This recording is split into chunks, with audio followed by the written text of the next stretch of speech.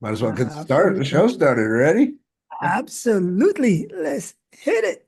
Yeah, so it's Welcome, been quite the welcome, fun and quite welcome. the learning experience so far. So I'm looking forward to Absolutely. getting it I mean, all. it comes down to that. Um, we have to understand what we're asking the AI to do to get better results out of it. So, Welcome, everybody. As no. usual, thank you very much for taking the time to join us for these how-to sessions. There wouldn't be any energy in this room without all of you being present. Um, for those who are new, welcome to this space. We exchange on good practice fundamentals and how to get this marketing exercise done to our advantage. Um, we will start again, as usual, with open session questions around general use on the topic of now site or any other questions that you have around marketing. And once that is done, we will go into following up where we left off yesterday on what is that very important process, mapping out our business, our operation, the client journey that we're about to take them on. Okay, I hope you all had a great start of the day. I sure did, as well as Robert. For those who are new, I'll present myself as well. My name is Virgile. I'll be stepping in as your marketing consultant, brand success manager, and I'm joined in this exercise with my co-host, Robert, the Blakester. Good. Um, One. Perfect. To make things organized, we just ask that you raise your hand so that we can bring you in should you have questions that you want answered, or you can type them in the chat and Robert will assist us with those answers. And if need be, we'll bring the question forward for a larger share. Uh, I am gonna drop in the chat all the links where you will be able to find the documents basically that I create or offer in the process of building this knowledge base with you. So then, do we have any question to begin on what we covered yesterday or any other general questions that you came about using Now site in specific to start? We'll give it the regular count, going once, going twice, sold to silence. Of course, at any point in time, you can time in during this process and ask questions that would come to mind. So I'm going to start sharing my screen and we're going to continue where we left off yesterday. You guys can all see my screen? Perfect, perfect. So yesterday, we were discussing, I'm just going to double back a little bit. So we were discussing basically how this client prospect journey impacts the CRM and how this relates also to our business process. Okay. The documents are available and I added a new one that we will be discussing today. Okay. So we came to understand that the basic process that we follow in between these major folds, which is interest, conversion, care after sale, immersion, and legacy, can expand depending on what steps we put forward to qualify the lead or present the different business products or service that we have. All that basically is happening before the actual conversion. Okay. And what we came also to expand on yesterday was the fact that the conversion process, depending on your point of sale, will have its own dynamics. You have to be very careful at that point in the way you manage that exchange.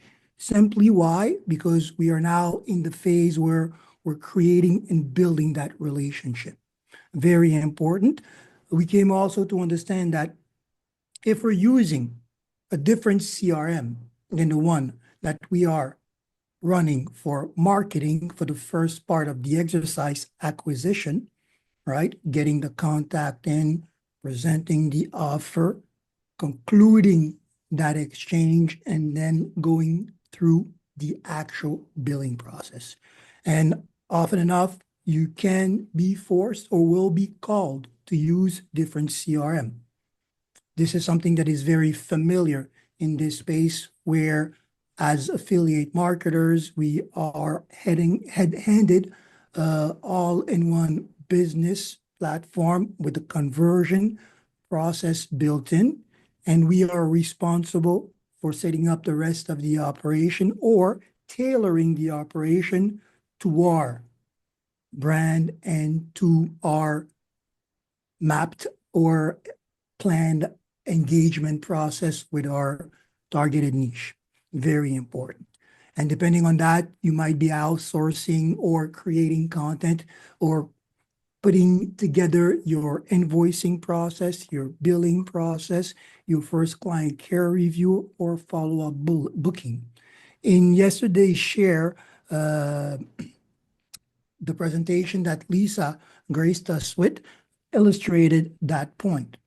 She had covered a lot of the conversation around the interest and the qualification steps, since there were different products that were being offered during the process of the discovery, the exchange with the client, leading to that conversation where we left off around the point of sale and what happened in her case, or what will be required in her case, where she's introducing Stripe as a billing engine, as an outside CRM.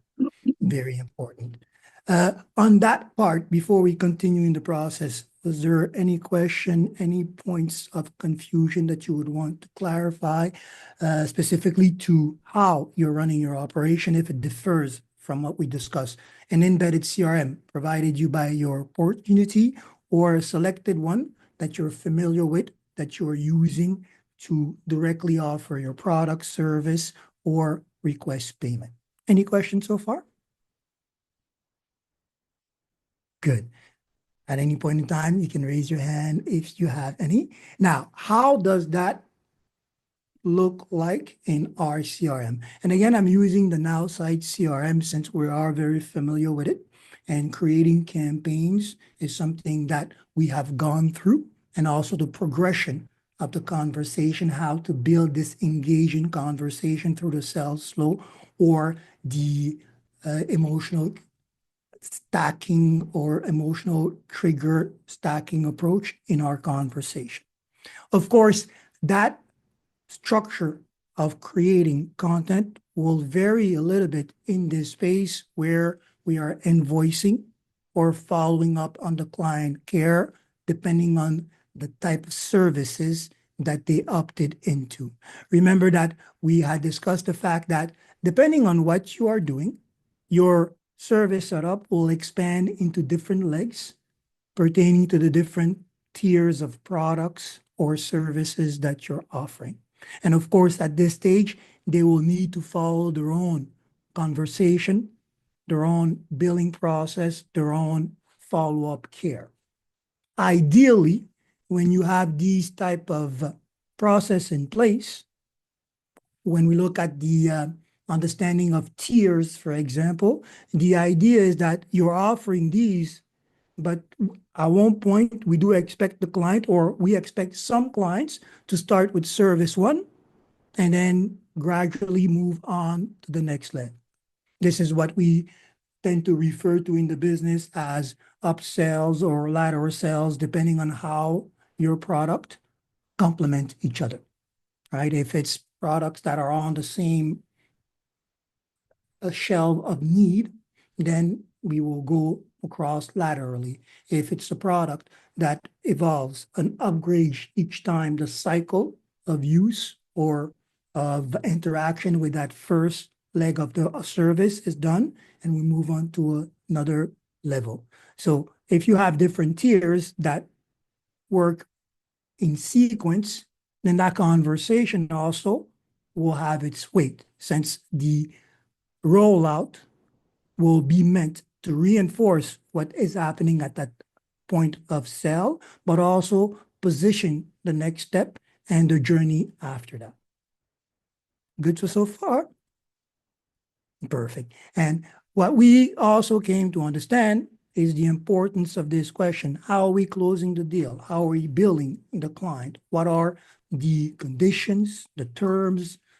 What is the policy around the purchase that the client is presented with, agreeing with, accepting? And that part is also important for what happens after this stage of the conversation. And what happens is actually the most important part of it. It's often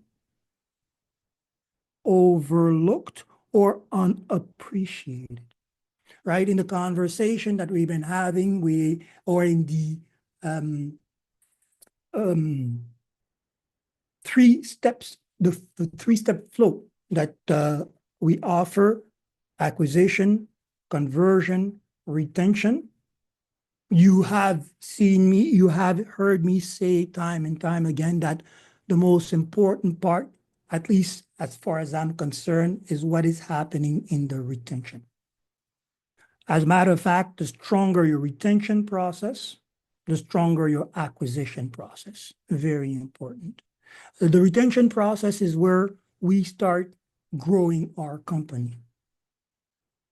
Remember, we survive on what we acquire on a day-to-day basis, but our company, our business will scale on our capacity at retaining each one of these sales that we make.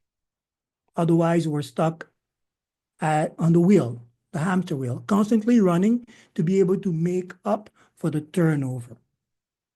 And it's not just something that is said, it's something that has to be understood, has to be planned, has to be practiced. For that conversation, I uploaded a document. It's 9-page deep, a lot of information, but given in point form so that you can quickly glance at it, keep it in mind. Very important to understand the power of retention. This is when you say grow your business, when you scale your business, what you're actually talking about is retention, growing your customer base, right? Scaling your business alone without catering to your customer is definitely a recipe for disaster. You've seen it before where a company will start very strong, will bring in a lot of clients, but then won't be able to keep up with the rhythm of services required to satisfy them. I actually, in my work experience, worked for a company, it was a security company, and they had this problem. They grew into size so much that they reminded me of a bodybuilder who worked too much on his upper body, but never worked on his leg. They had onboarded client because of a strong advertisement, a strong feedback on previous clients, but their manpower had not followed the scale. And in the end, they had too many contracts, not enough manpower, and worse, they started losing manpower. Why? Because the existing workforce was being overworked, and that impacted the whole business. Very important to understand that when we're scaling our business, technically what we are doing is responding to the client's response, the client's engagement. It brings me back to that manufacturing process, which works on the pull, meaning that we only produce what the client has ordered so that we balance out our operation at all time, limit loss, remain efficient. And this is important. Retention, as I said, is the core of business expansion, right? Even through this, we will just be discovering a few new terms which will allow us to keep in sight the most important reference or values that we have to become familiar with in the process of understanding what is the retention strategy or building it, right? So you can see here on screen, I'll read it out with you. If you also are able, you can download it. It's available in the Masterclass case study section of our team library. So reducing churn. Churn is the customer dropout. meaning that I'm getting a lot of people, but they're leaving as fast as they're coming in. That is a problem. Increasing customer lifetime value. And that's important. The longer I stay with you, the better the value of the service becomes, or my appreciation of it. This service is always improving. I love it. These are the type of winning reviews that we want. These are not just said. There are a result of the brand experience. So small values like that, big steps, big impact on your company that you want to keep in mind. It fosters loyalty and brand advocacy. And that is what we have referred to here as legacy foundation, right? When people start, go ahead, Rob. I think we should pause for just a moment and talk about this whole churn thing. Just this is coming to my mind, especially for those of us that are in the network marketing arena. We have to understand a couple of things. Obviously, yes, we're going to deal with human nature, but if you're not actively engaged with the people that are in your downline, and you don't have them in your CRM, and you don't have them on rotation, you're not actively checking back with them every 2 weeks, 3 weeks, at the most 1 month. Like, you should be in touch with those people at least once per month. If you do this and you're reaching out, that will help you reduce this churn. One good thing that I've been very good at is not having a high churn rate. And that's also because of making sure that you have some kind of system to plug people into. Now, most people do this the right way because companies think about it and they have their Facebook groups, right? But if you're bringing people into your business and you're not putting them into some kind of Facebook group where they can stay in touch and stay, what I like to say, close to the fire, then expect your churn rate is going to go up quite a bit. So I just wanted to talk on that. You can, piggyback off of that or whatnot, but it's very important that everybody understands that. It's a big value, right? Again, when we talk about community, when we talk about building that bond between us or our clients, this is what we're fighting against, the churn rate. Churn rate is the complete opposite of retention, meaning I'm losing clients. Why am I losing them? And that also happens, believe it or not, in a very calculated way. This is why knowing and planning for that is important. There is even, as you can see here, I had that conversation here. So I recommend you definitely download this document and go over these things. I'm not sure if we're going to be able to cover all of it, but there are some key points that we will go over. And definitely churn is one of the things that you want to keep in mind. Also, what you discussed, the time value of this, right? We have to understand, when is it that the client, for example, is the most likely to cancel? Because this is our space in which we want to make sure that we build that, we consolidate that relationship, the client care. Go ahead. So I mentioned this, I believe, the other day. There's normally a 3-day resend period when it comes to contracts in the legality of things, right? But if you go and you make the person feel good about what they just did when they sign up, the odds of them canceling are very low. The other thing to just want to drop on you guys too is that if you include, I like to say preempt things, right? So as an example, I can say, yeah, if you ever want to cancel, you can, but nobody does, right? So you're automatically feeling it in their mind that they're not going to cancel because nobody else does. And as in essence, I'm dropping a seed or an anchor into their brain to not cancel. Most people don't know this, right?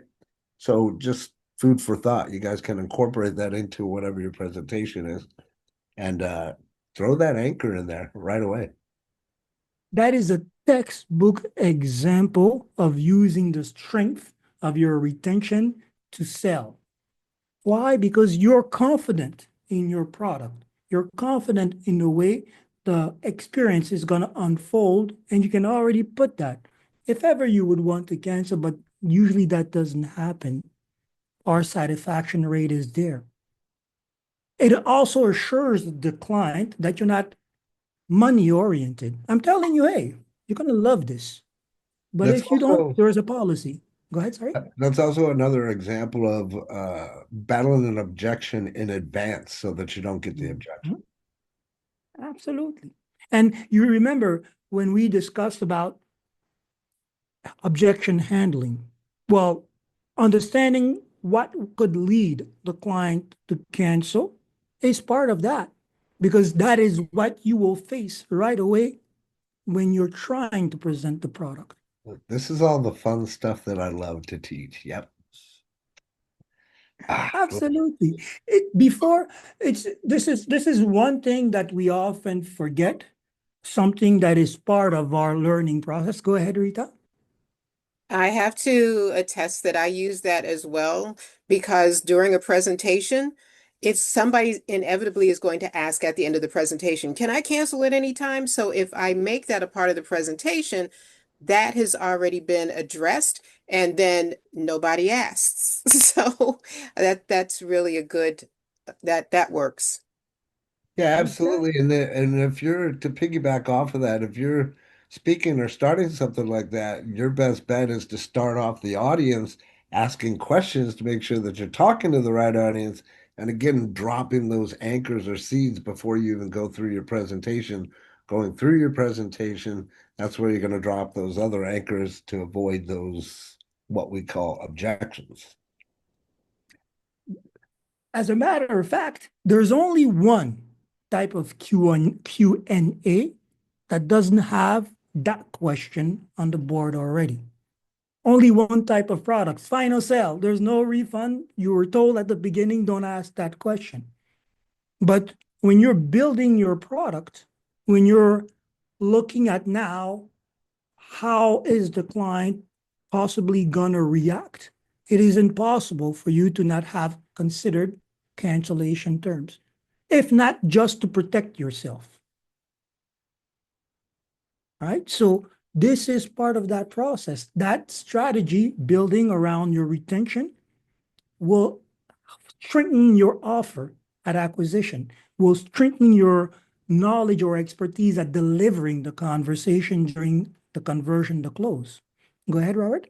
One more thing that just popped up into my Mhm. head. You want to get really good at this because the last thing you want to see is what's called a clawback in the industry. That's where they pay you and then they take the money back. Oh, that and this is why retention is so important, because it's part of guaranteeing or securing your income. If I am secure that this client has been with me with 2, 3, 4 months and has received the service to guarantee that he will be with me another 6, another 9, another 12, then already when I'm balancing out my sheet, I can project my income. And this is important. This is all about, okay, how is my business scaling? If I can project my income, it means that I can start planning things ahead of time and how the service will evolve and such. Go ahead, Robert. And when you get really good at this stuff, you can tell and you can see who's going to quit before they even quit. They follow a pattern. They follow a pattern. Most companies, for example, that offer an SaaS as a service will have that software or the usage, the logging in of their clients. They will have that in perspective for the first 7 days or the first 2 weeks, especially when we're offering free trials. And the free trial or the free gift for us is particularly important. When I offer this as a hook, but it's just like a free trial. The turn rate for a free trial is usually within the 7-day period of that offer. And that is when I'm not waiting for the client to cancel. I'm proactively interacting with him. Some companies actually use that to make you forget the sign-up date. You start a free trial, they will bombard you for the term of the free trial period, keeping you in the hook, in the use of the tool, going over the 7-day trial period, rolling into the final service. Right? So this is double important for us, which are at the level of solopreneurs, of network marketers. We have that lead magnet strategy that always open up with something of a giveaway, a free book, a free meeting, a free access to a seminar. We should have a strategy within that week, 7 days, to follow up and deeper into the relationship. Right? And this is important. Knowing these things. In the document, you will see there's different brackets of time by default put there. Depending on your industry, these are values that you want to keep in mind, no, but the one that you want to practice, and this is regardless of any industry that you are, is that interaction within the first 7 days of the client giving you their business. This is important. This is why, for example, in the process, in the workflow, I often say, well, some of the part of the process we will automate for sure. Other part, we will need to have a hands-on approach to it before we go into the automation. Good so far? Questions, answers? How does this relate to your operation so far? Anybody wants to chime in, share? All 100%? Good. So again, just going from the top so we can breathe through the document quickly, you will see. So we're increasing lifetime value with the client, the CLV. This is a new term. Churn, if you didn't know, actually before this process understood the concept, but didn't know that it was named down to a formula as well, right? So these are good things to understand, right? When you, again, have a strong retention strategy, well, the cost of acquisition will drop as well, as you can see on screen.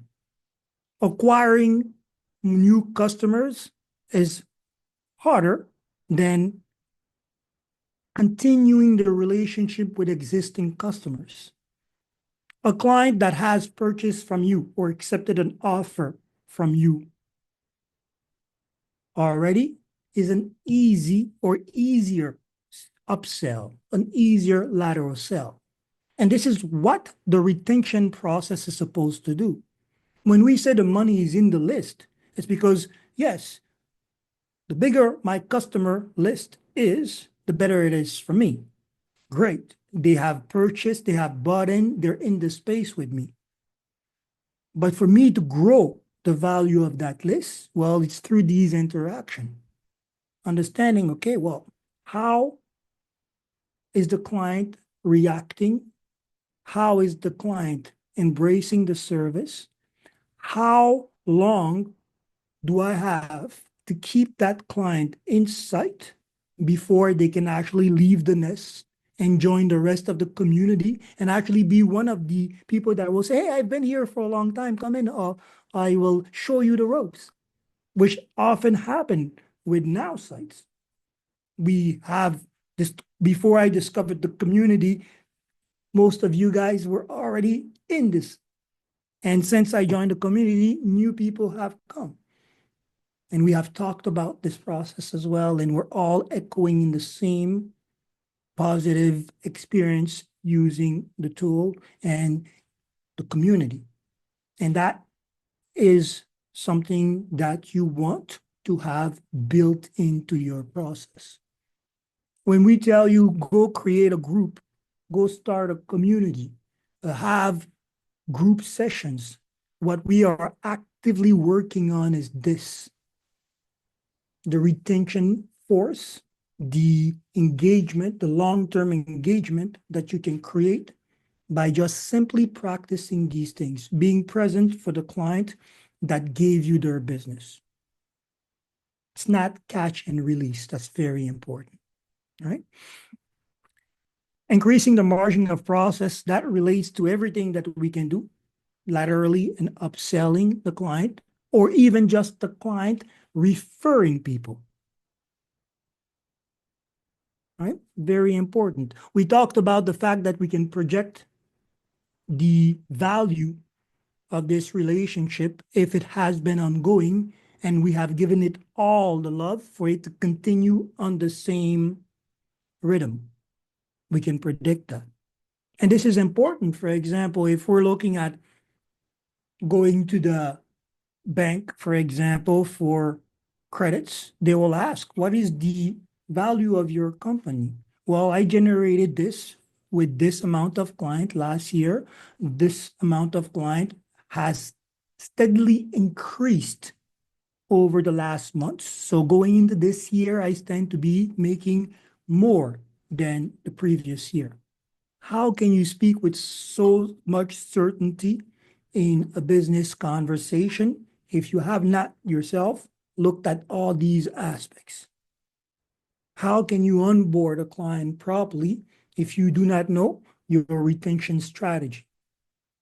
Right? They work hand in hand. Go ahead, Rita. So as this relates to a network marketer, how is this to attract other prospects to be a network marketer and join in your organization? No, it applies across everything. You have a lead. Actually, I'm going to do a demonstration this Saturday. I'm working on a product to give this form. I'll give an example. We all offer books. We could be offering a coaching outside of any network marketing. We could be offering products to be sold, right? We usually have that understanding of the lead magnet. Get this for free, get a sample for free, get an introduction for free, get a discovery meeting for free. This is the free trial in this aspect of our conversation. You gave me your interest today. I have 7 days to complete that relationship.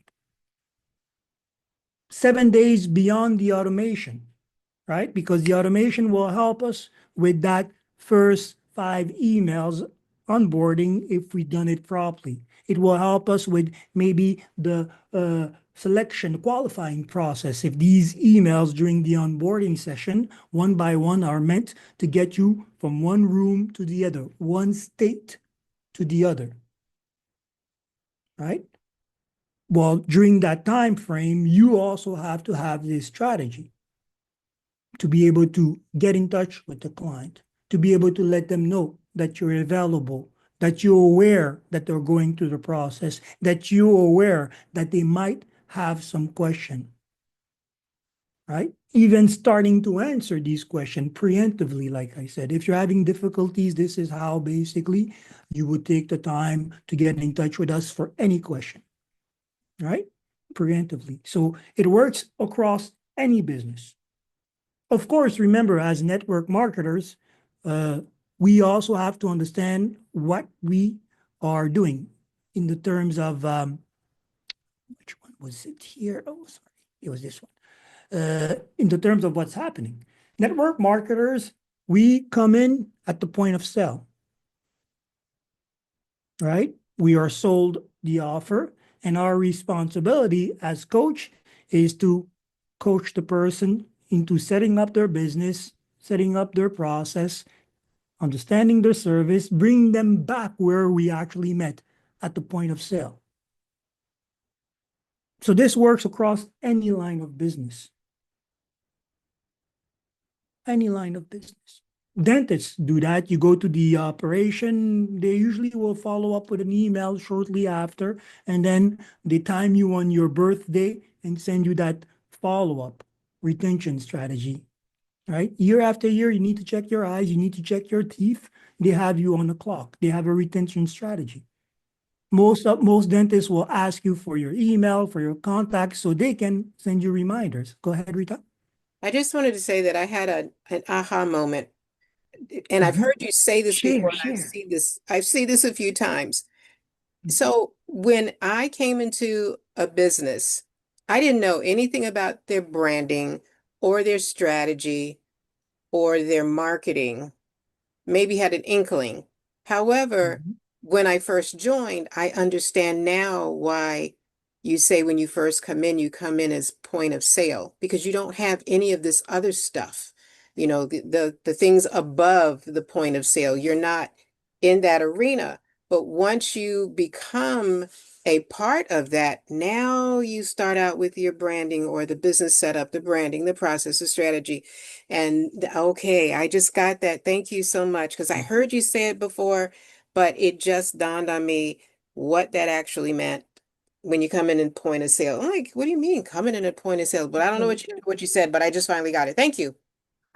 You're welcome. It's really usually that's the whole dynamics of our especially network marketer, right? We tell them we're going to give you a business that works, a business that you bought in and you know it works, and you come in moved by this emotion, right? Our conversation at the beginning is emotionally charged.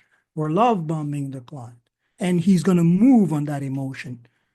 And the strength of our process will force us to say, okay, now that you're in, let's take a step back from the beginning and teach you how to actually market yourself, teach you how to market this business. You yourself understand this business to be able to build your own process, the client support, right? Because this is actually something that is very particular to each company or to each mentor. You have your style of coaching, I have my style of coaching, right? Clients will look at that and create their own style of coaching, depending on the resource, depending on their approach, depending on how they envision the business after they were introduced to it. Make sense? Right? So that is, it's the slight difference between our industry and the rest of the industries, right? Because most industries, the clients, once he's interested, once it's converted, well, he's here and he won't worry about setting up the business, the process, or whatnot. They will go straight into the prospect journey and they will only care about how they receive their support. And this is actually what they sell on to others. Consumers don't learn how the business is built. They get a good idea of the mission, of the objective of what the company, the brand stands for. They match, resonate with that, and then they echo that feeling to others. Right? This is the consumer. In our space, we are more than consumers. We're business partners, right? I bring you in. If you bought in, it's because it works. And it works because I'm doing it.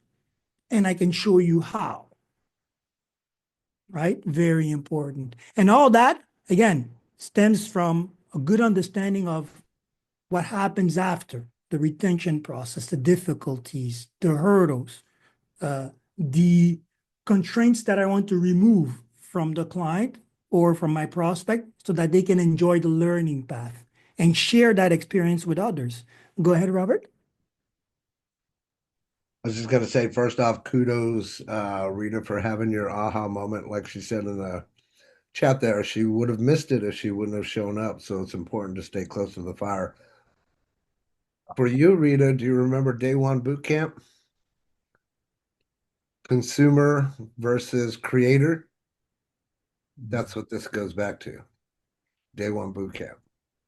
right? So we're either going to be a creator, a consumer, or both in many cases. We're going to start off as a consumer until we have the knowledge to become the creator. Ooh, That is goosebumps on that that one. is Woo! clear outline of this conversation. You came in at a point of sale as a consumer. Now you're going to be turned into a creator of opportunity of business. So much energy in the room over there. I hope you guys are all feeling the same thing. These aha moments are so important because sometimes don't we see, we look, but we don't realize the truth behind what we see. And this is why we're lingering so much, or I wanted to linger in this space because sometimes you do it naturally. You see those things on the wall without them ever being on the wall, and it feels second nature. But even so, you want to come back, understand what you're doing naturally so that you can perfect your style, make your kung fu even stronger, right? That's what it is. Whenever I like referring to martial arts because this is the mechanic of martial arts. They teach you a lot of things. And what happens is when you need it, it comes out naturally for you to defend yourself or for you to help somebody, right? You don't, every time you're about to do something, you don't, okay, this is how I was taught, this is how it happens instinctively. But you have to be aware of it, right? And this is what we're doing here, making ourselves aware of these key things so that we can better appreciate how we roll out our business. Very important, right? There are 5 pillars that I want to discuss here when we're implementing our strategy or building the retention strategy. And you see, the first point is that word that keeps coming back, segmentation. Especially if I have different products, I can't treat them or the reaction to them the same way. And it gets even deeper because certain clients have certain issues, and sometimes there are a group of them with the same issue. It has to do maybe with the pace at which they are understanding how to use their service. Others are ahead of the curve. How do you personalize this interaction? You have to separate. As simple as beginner, intermediary, and intermediate. When I have a problem with English words, I'll start switching to French. Intermediary, and then elite, right? You have to separate them, personalize their interaction or the response to their inquiry. So segmentation comes in. Customer support. How is are preparing yourself for these possible turn in the road. It's the same way you are asked to prepare your Q's and A's, your objection handling. Well, it's the same way this should lead to a support system. It's one thing to say that this is how it's going to happen. It's another to show and make the person go through the process, right? So when we say you can get as simple as stating that you can cancel at any point in time, even if we don't expect them to do so, forces us to have a cancellation policy and steps outlined. Makes sense, right? Each time. And this is why, for example, from these very simple squares here, we now understand how much information will go into each one of these boxes, how much the process will have to be detailed before it's automated. Make sense so far for everybody? Good. So one of the things as well, our engagement system. When we're talking about newsletters, now you see what that is, right? Community newsletters, even asking feedbacks. There's genius behind that madness. I want to know how you feel about the product. Not you say, okay, I understand. It's data that I need. Data that I need to support the next execution in the experience or in the adjustment of the retention strategy or the customer journey, right? Upsell, cross-sell, of course, we discussed that. This is where this investment in time, in strategy starts paying off. We want to own the day where the client says, oh, I love your products. Every new drop, I'm buying. Every new event, I am there. Better yet, I'll bring friends. That's a cross-sell, by the way. I invite you, you invite your friends. I tell you to come, you invite your friends. That's a cross-sell. You come free, your friends will pay half. That's a cross-sell, right? So I'm not selling to you directly, but I'm selling to your friends. How much energy do I have to infuse in your heart, in your mind, for you to be an advocate of that, of my service, of my brand to the people around you? That's part of these questions. How am I building this customer journey? How am I moving the client with emotions so that they can echo these emotions as well, right? And we also have to understand this here. Just like there is a customer journey, just like there is a process, a business map, well, there's also a retention process. There are retention loops, right? If somebody wants to leave, I have to make sure to satisfy them. Sometimes it could involve some cross sell, some upsell, some ladder, some side sales, meaning that you're not happy with the service. Maybe it wasn't what you needed. Let's get you to try this one.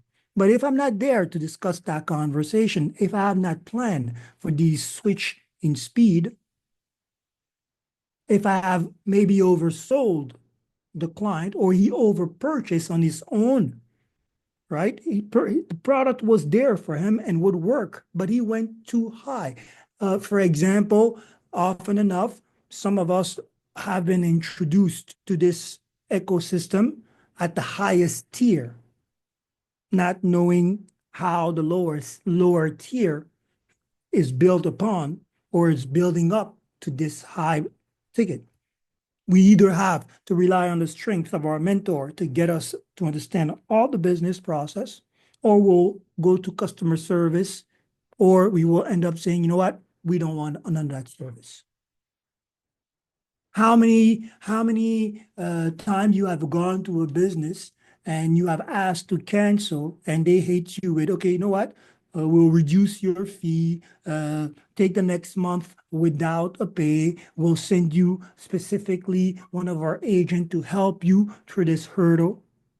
This is not something that they are creating on the spot or deciding on the spot. It's part of a retention process that they lined up, right? And all that is also part of your customer journey.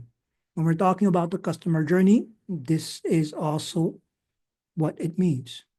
New terms, right? We have the term, we have the CLV, client's lifetime value.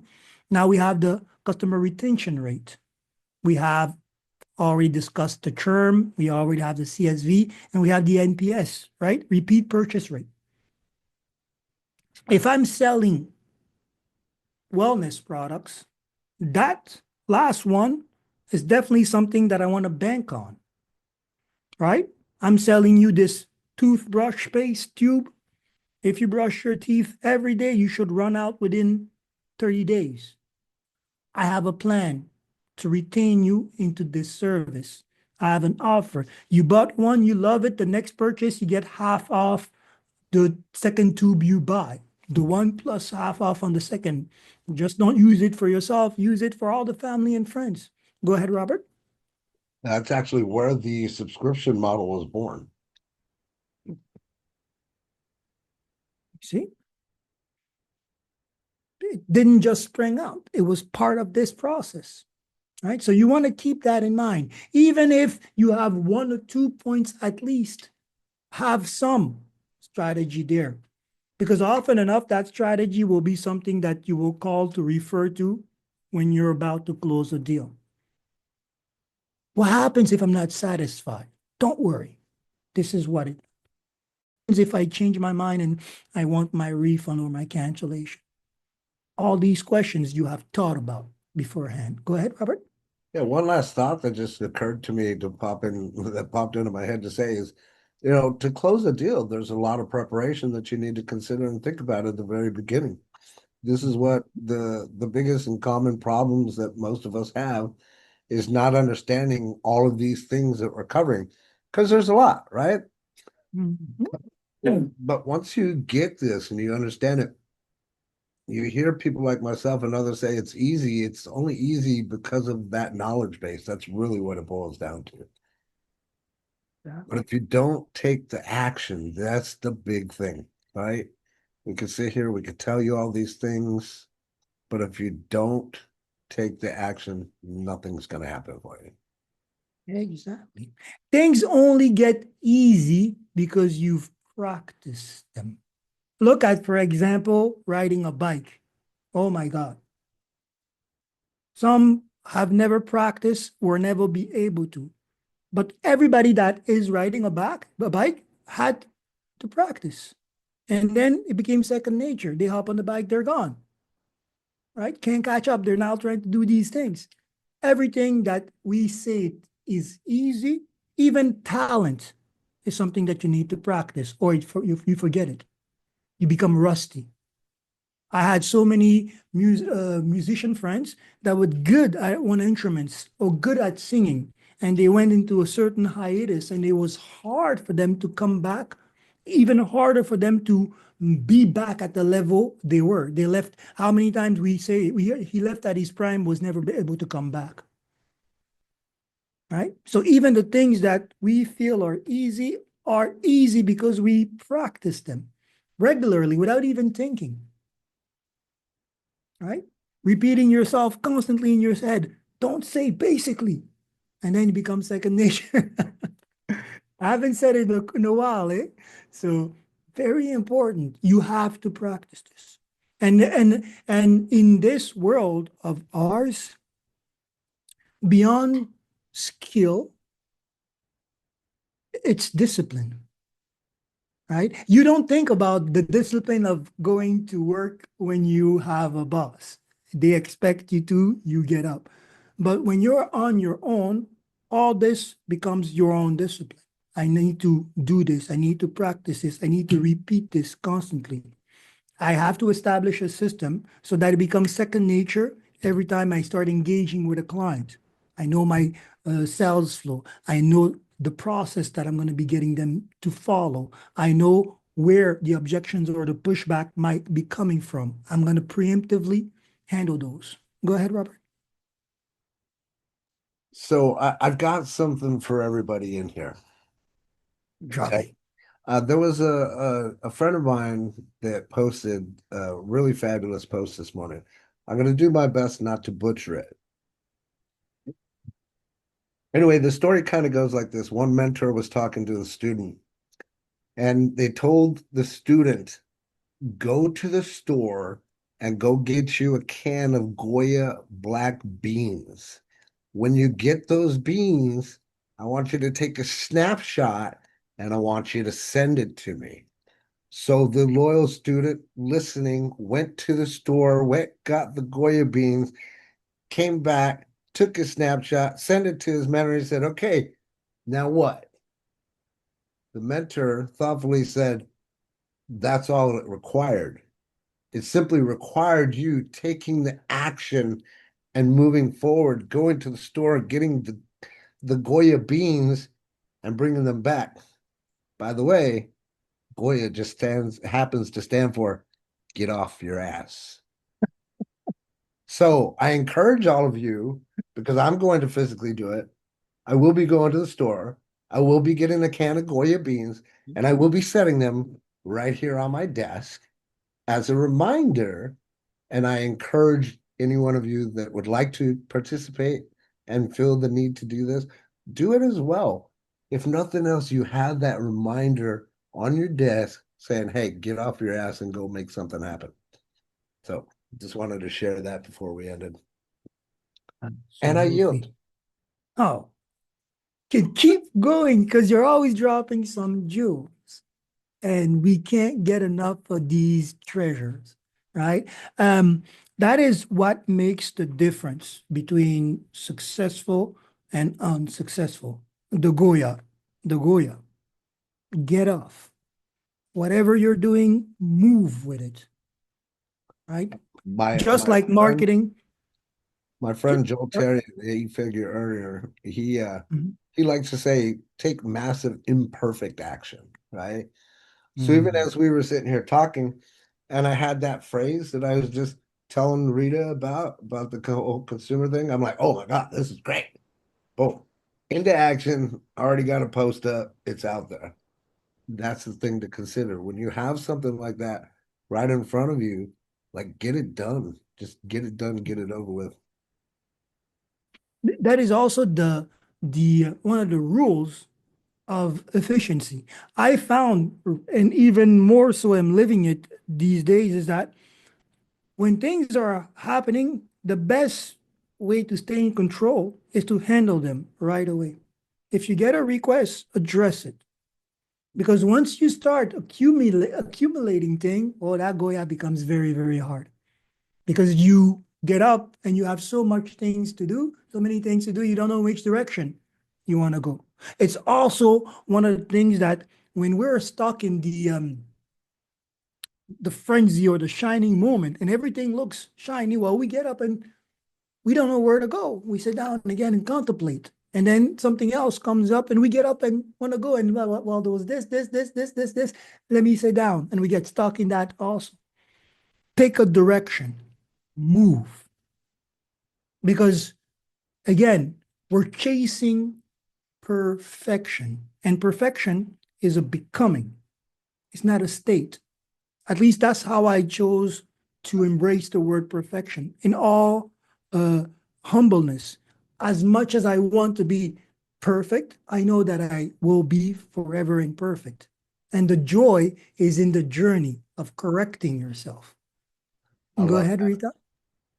I gotta say that when part of this is continuing because we hit one of the highest levels in the company that we were in, and the push was get to this level, get to this, and you get to that level, and you're like, all right, I made it.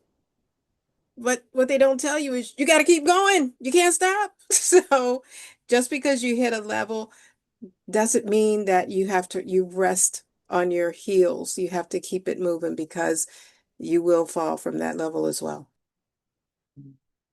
Yeah. And that was part of the conditioning that they never gave us when we left school, right? Work hard, graduate. Then what? Well, there's another whole cycle that you have to go work hard and graduate. Okay, great. Then what? Well, you're going to work hard and graduate to retirement. And then what? Well, we don't know, right? Sometimes that is something that you come to realize during the school of life, right? They teach you how to be, we are taught how to be very good employees in the school system. We're not taught how to be great people, great business creators, builders. And that Okay, is something that Virgil, we have to you're gonna create have to ourselves. wrap this up before you get me started. Ah, well, we don't want to. We don't want to end. We don't want to end. We don't want to end. Perfect. So, yes, we are coming to the last minute. Again, there's a lot of points in this document. It's available. Grab it, read it, keep those in mind. These are points that you want to be aware of, right? Because if you're out there making free offers, you better know what is the time frame for these people to resend these offers. What is the time frame for you to consolidate the relationship so that free offer becomes a paid contract? And it is also knowledge to understand that after that paid contract, there's a sequence of event that I need to follow to keep the person into this relationship. If we even take out the money side, well, this is how you make good friends. You don't just meet them randomly and then forget them.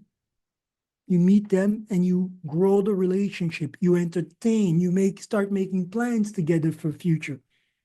Right? So how are you making, what plans, what type of plans have you sat down and drafted for these future relationships that you're going to be building? And that is intertwined into that prospect journey that we keep discussing. It was unfair of my part to keep referring to prospect journey without breaking it down as we have been doing over the past sessions. The idea of being able to map that process has to be there for you to be able to draft and design the experience, the emotion that you want them to go through. And go ahead, Robert, after that. Real quickly Calling it a day. Mhm. before we end, was it this Friday that we're meeting? Yes, this Friday, And what are your it's the expectations for 18th. the class? We're going to be applying all this, right? One of the things, the easiest part of applying this conversation in the CRM is the onboarding sequence, stemming from the website or the marketing asset. And that can be your digital card, it can be your website, it can be a landing page, whatever you chose to be the entry point. Of course, uh, in line with the brand kit, which I hope you will be presenting as a gift to Robert, as was asked, right? Come with your brand kit, your UVP. So from there, we can create that system, right? Because this Friday, we're going behind the scene. We're looking at the CRM, and I want us individually to be able to build one part of that conversation. If you want to concentrate on the first part, which is the onboarding process, so be it. If you want to concentrate on the conversion process, which is something that I think a lot of us need to understand since we usually tend to use external billing process, we want to understand that, or what we just discussed, the retention journey. So to Right? summarize, whatever they've got up to this point, bring it. And we would also love to hear from those of you that maybe we don't hear a lot from you all the time, right? Time for you guys that are sitting in the back row to start moving forward, my friends. Cool. I just wanted to confirm so that everybody knew what we were expecting Friday. I will see everybody Yeah. Friday for sure. Thanks I'm going again. to send you, yeah, my mistake on that note. I drafted the masterclass flow, but I didn't send it out. So I'm going to send it out to you guys today. By the end of the day, you'll receive it. You'll also be able to go by the end of the day directly in the Virgile Library course masterclass and download that document so you can start taking a look at it.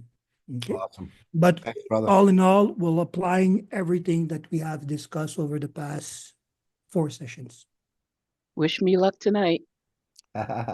Hey, You Dr. are Lisa, gonna do it. I got something else for you. Here's the last little gold nugget.